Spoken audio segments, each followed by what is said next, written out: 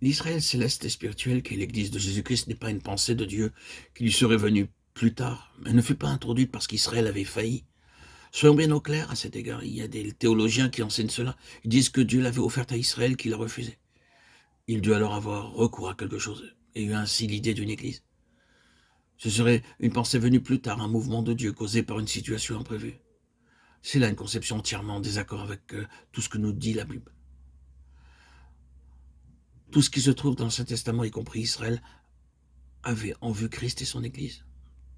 Tout dirigé à Christ et à l'Église, qui renferme en eux-mêmes toutes les pensées divines du passé. L'Église est la pensée éternelle. Elle était dans le cœur de Dieu avant que le temps existât. Elle a été choisie en Christ avant la fondation du monde. L'Église n'est pas une pensée de Dieu conçue plus tard, c'est une pensée d'avant le temps.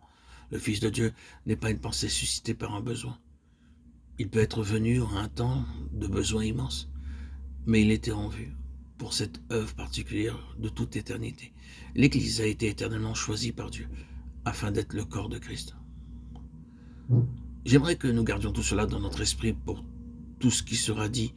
Nous croyons que si Adam n'avait pas désobéi par l'incrédulité, il aurait été rendu conforme au Fils de Dieu. Mais son péché a montré qu'il négligeait l'intention divine. De la même manière, Israël serait entré dans l'expression corporative de Christ. Mais par son incrédulité et sa désobéissance, Israël perdit cet héritage. L'Église était éternellement au-dessus d'Israël. C'est une question très importante.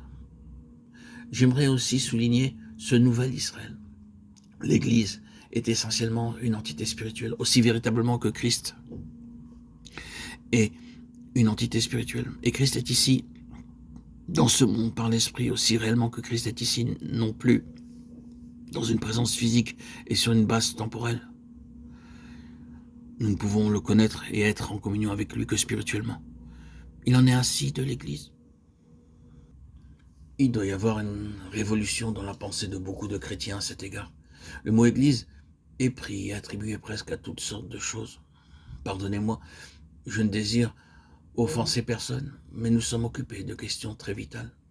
Nous entendons parler de cette église-ci et de cette église-là, l'église luthérienne, l'église méthodiste, l'église baptiste, l'église anglicane, et de combien d'autres encore.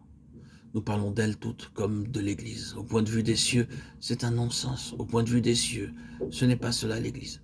Chacune d'elles peut représenter l'un ou l'autre des aspects de la vérité, mais aucune d'entre elles ne possède toute la vérité. Si nous les mettons toutes ensemble, elles n'ont pas toute la vérité. Toute la vérité est en Jésus seul. L'Église est une entité spirituelle. L'on ne saurait regarder une chose matérielle ou un peuple dans la chair en disant « c'est l'Église ». Nous ne sommes dans l'Église que dans la mesure de ce qu'est Christ en nous. C'est Christ en nous qui est l'Église. Nous le voyons, l'Église est une unité en Christ.